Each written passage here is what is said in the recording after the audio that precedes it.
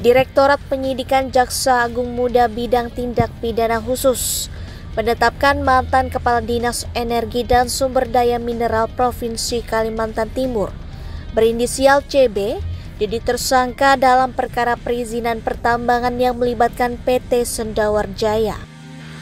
CB hanya bisa tertutup lesu saat petugas Jaksa Agung menggiring tersangka keluar dari ruang penyidik pada Jumat 18 Agustus 2023. Tersangka CB diidentifikasi terkait dengan dugaan tindak pidana korupsi dalam proses penerbitan dokumen perizinan pertambangan untuk PT Sendawar Jaya.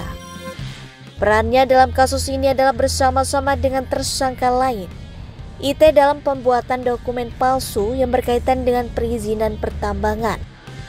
Menurut keterangan Kepala Pusat Penerangan Hukum Kejaksaan Agung, Ketut Sumedana, dalam penyelidikan terbaru, tersangka CB diduga memiliki peran penting dalam legalisir dokumen palsu yang dibuat oleh tersangka IT.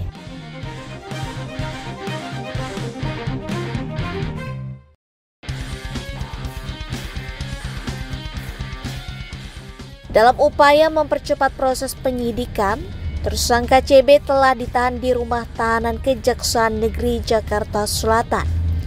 Penahanan ini akan berlangsung selama 20 hari, dimulai sejak tanggal 18 Agustus hingga 6 September 2023. Kasus ini menunjukkan keseriusan pihak berwenang dalam mengungkap dugaan korupsi dalam izin pertambangan. PT Sendawar Jaya dan pihak-pihak yang terlibat dalam pengelolaannya tampaknya akan diperiksa lebih lanjut dalam rangka mendalami kasus ini.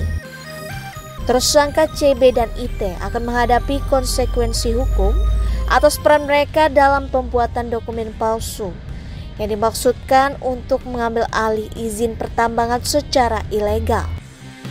Dengan demikian, kasus ini menjadi salah satu contoh dari upaya tegas pihak berwenang dalam memerangi tindak pidana korupsi yang merugikan negara dan masyarakat.